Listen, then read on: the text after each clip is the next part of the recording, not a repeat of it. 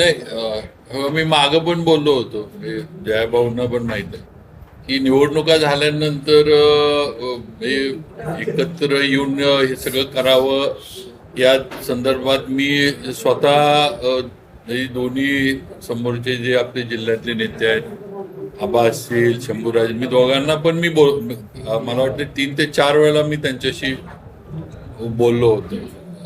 अधिवेशन चालू असताना पण बोललो होतो. पण शेवटी म्हणजे मला जे जाणवलं की खेळवत ठेवण्याचा प्रयत्न चालला होता. शेवटी आमचं बहुमत होतं. आमच्याकडं आज 28 सदस्य आमच्या असताना आम्हाला मुद्दामून सत्तेपासून दूर ठेवायचं असं प्लॅनिंग चाललं होतं. आणि आम्ही नेहमी म्हणत होतो, सगळे भाऊंनी पण सांगितलं होतं की आमच्याकडे बहुमत आहे, आमचा अध्यक्ष उपाध्यक्ष होणार. आणि आता ते झालं. त्याच्यानंतर पुढच्या आजच्या निवडीत सुद्धा जिथं त्यांनी बहिष्कार टाकला तिथंच हे आहे की त्यांच्याकडे बहुमत नव्हतं.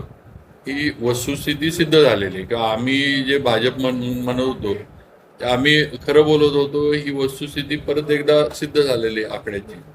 पण त्याचा अजूनही आज ही आरोप असाच आहे की प्रशासनाला, म्हणजे पोलीस प्रशासन असेल किंवा जिल्हा प्रशासन असेल, त्याला हाताशी धरूनच ह्या सगळ्या गोष्टी केल्या जातात. आणि आज सुद्धा त्यांच्या सदस्यांना वरती पाठवलं जात नव्हतं, उशीर केला जातो. आता तुम्ही पत्रकार मंडळी सगळी इथं होता, सगळ्यांनी बघितलंय. मला वाटतं सगळे पोलिसांपासून सगळ्यांचे व्हिडिओ 10 ते 12 वेळ होती अर्ज भरायची, अशी काय 10 मिनिटं 15 मिनिटं नव्हती. एवढ्या वेळेमध्ये येऊनच दिलं नाही, भेट जाऊनच दिलं नाही, हे म्हणजे उगाच काय तर आता ते रडीचा डाव हे करायचं, बाकी काय नाही. बहुमताचा विषय आहे शेवटी. आत सभागृहात आल्यानंतर ज्याच्याकडे बहुमत आहे त्याचा विजय. त्यांना कळून चुकलं होतं की आपल्याकडे बहुमत नाही, त्यामुळे जी आहे झाकली मूठ 1.25 लाखाची असा ह्यातला हे. आणि ते त्यांनी बहिष्कार टाकून निषेध करून सध्या म्हणजे उघडं पडण्यापेक्षा आपलं ही भूमिका त्यांनी घेतली. सीसीटीव्ही बाबत की सीसीटीव्ही चालू आहे आणि प्रशासनानं पत्र दिली की सीसीटीव्ही बंद आहे. नाही, सीसीटीव्ही नाही, मी पोलिसांचे कॅमेरे म्हणून. मी सीसीटीव्ही बद्दल प्रश्न विचारला त्यावेळेस तुम्ही दोघांनी मंत्र्यांनी सांगितलं ते सुरक्षित आहेत आणि त्याच्यानंतर लगेच पत्र निघाले की सीसीटीव्ही बंद होते. नाही, आम्ही कॅमेरा इकडे बघत होतो त्यावेळेला आम्हाला वाटलं कॅमेरा चालू आहे. आता अध्यक्षांनी त्याची चौकशी करावी, कॅमेरे बंद कसे राहिले आणि काय. अध्यक्ष त्याबाबत आरोप झाले, आज बी आरोप झाले. पण आम्ही आता बघा, आम्ही तर जिल्हा परिषद मध्ये सगळ्या निवडी झाल्यानंतरच आलो होतो. तेव्हा आम्ही काय येऊन सीसीटीव्ही बंद करायचा विषय नव्हता. आता सीसीटीव्ही चालू आहे का बंद आहे हे आता पदाधिकारी बसले, अध्यक्ष आहेत, उपाध्यक्ष आहेत, सभापती आहेत, यांनी पाहिजे एक चौकशी समिती यांनी सगळ्यांनी मिळून नेमावी सीसीटीव्हीची माहिती घ्यायला. आता एवढं सर्व झालं चौकशी समितीचा अहवाल कळतोय ना काय येणार. मला सांगा, सीसीटीव्ही चालू होते किंवा सीसीटीव्ही बंद होते हे तर बघू आपण.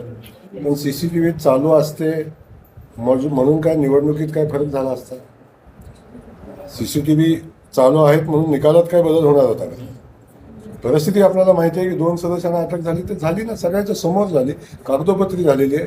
याच्यापेक्षा वेगळी वस्तुस्थिती काय आहे आणि का झाली याची माहिती आपल्याकडे आहे. त्यामुळे उगाच सीसीटीव्हीचं कारण पुढे करायचं कुठलंच कारण नाही राहत. म्हणून सीसीटीव्हीचं कारण पुढे करण्याचा प्रयत्न आहे.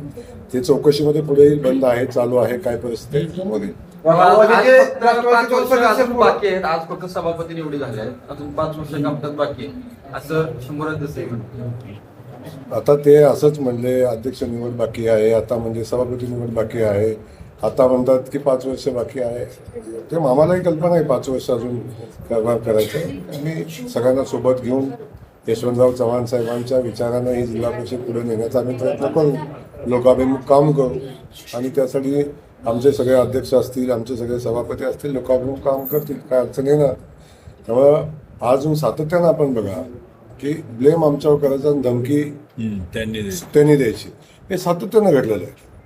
निवडणूक झाल्या तेव्हाही ब्लेम आमच्यावर केले पण धमकी आम्हालाच देते.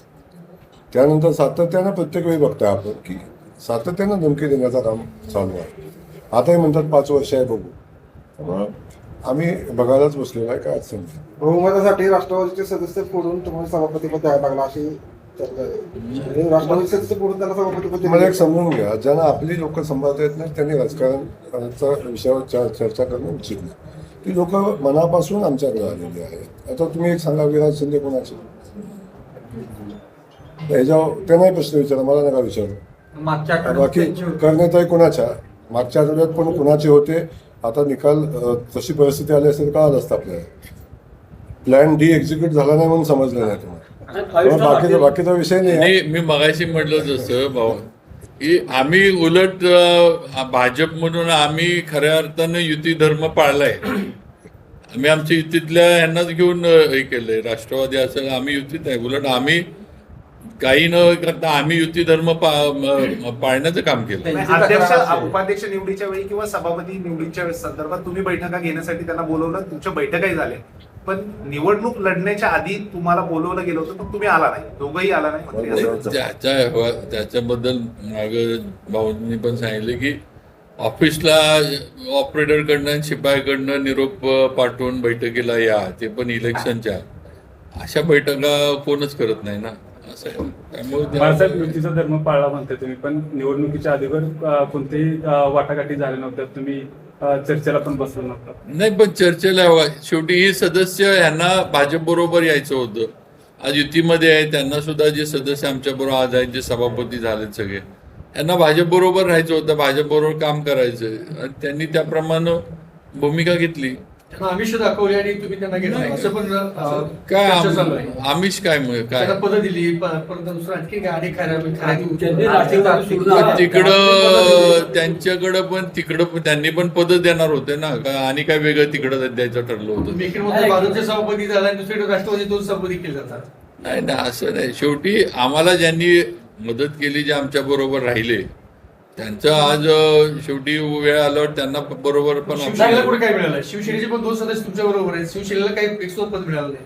नाही, अजून पुढं अजून मुदत आहे ना. आता परत पुढे ज्यावेळेला होतील त्यावेळेला 6 वर्षासाठी का 2.5 वर्षासाठी? ते आता आम्ही ठरवू काय सगळ्यांना. मला फारच चिंता आहे. तुम्ही वरकुड्याला पाहिजे काय पद तुमच्या? आता तुम्ही म्हटलं की तुम्ही शिवसेना आणि भाजपला बरोबर, भाजप असेल, शिवसेना आणि राष्ट्रवादी एकत्र राहून तुम्ही सत्ता स्थापन केली, पण तुम्ही सदस्यांना बरोबर घेतले, नेत्यांना बरोबर घेतलं नाही असं दिसतंय. नेते आम्हाला जवळ घेणार. आता आम्हीच म्हटलं होतं त्या दिवशी कलेक्टर ऑफिसला, आमची हात देतोय, आम्ही मिठी मारायची तयारी, पण आमची मिठी मारलीच नाही. आम्हाला काय करणार? भाऊ, साताऱ्यात आता शक्तीपीठ महामार्ग जातो साताऱ्यात, तर पालकमंत्री म्हणतात की मला त्या शक्तीपीठ महामार्गाबद्दल काहीच माहिती नाही. मीडियातूनच समजलं. मला मीडियातून समजलं. आता कॅबिनेटमध्ये चर्चा झाली होती, त्या पाठीमागे झाली ती कॅबिनेटमध्ये चर्चा झाली होती.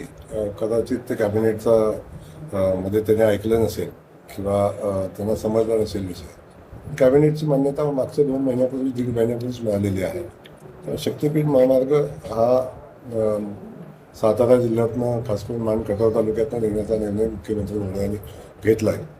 जेव्हा शक्तीपीठ महामार्गाचं जुनं अलाइनमेंट होतं तेव्हा त्या ठिकाणी नागपूर गोवा मार्ग होता आणि त्याला लागूनच तो रोड चालला होता.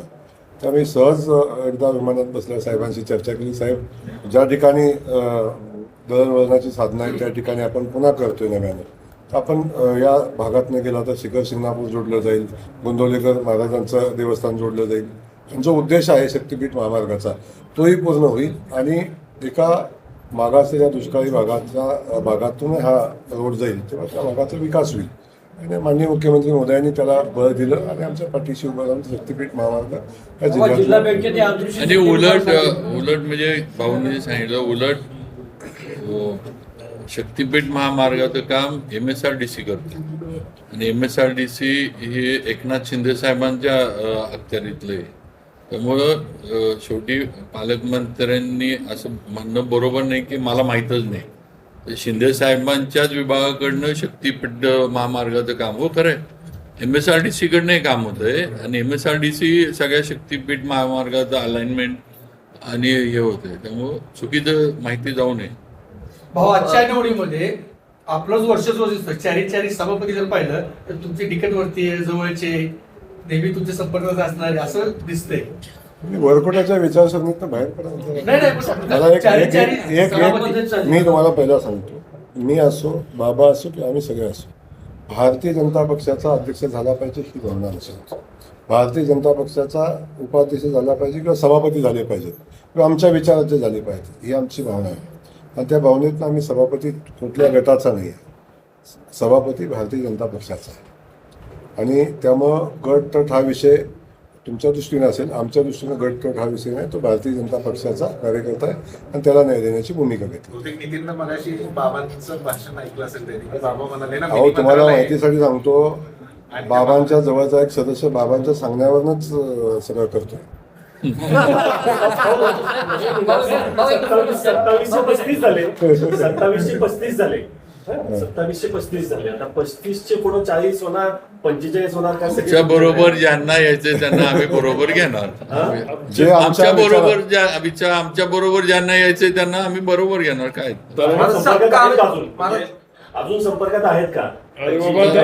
दरवाजे उघडे आता आमचा विषय थोडक्यात चाल. तुम्ही सुजित आंबेकरनी आज हे तरी म्हणजे प्रेसच्या यांनी मान्य केलं की आम्ही 35 वर पोहोचलो, म्हणजे आम्ही बहुमतात आहे हे तुम्ही मान्य केलं. तिथं जे नरेटिव्ह आमच्याबद्दल लोकशाहीची हत्या केली आणि हे केली, तर तुम्ही पत्रकारांनीच जो खोटा हे दाखवून दिलं. पण मलाच काम एक सांगतो, सुजित दादा राष्ट्रवादीच्या चिन्हावर सुजित दादा मी काय सांगतो, आमचा प्लॅन A, B आणि Cच एक्झिक्यूट झालाय. D एक्झिक्यूट झाला असताना तर आणखीन वेगळं चित्र दिसलं असतं. ती वेळ आली नाही, ती ज्या दिवशी येईल तेव्हा तो सुद्धा एक्झिक्यूट करू. पण भाऊ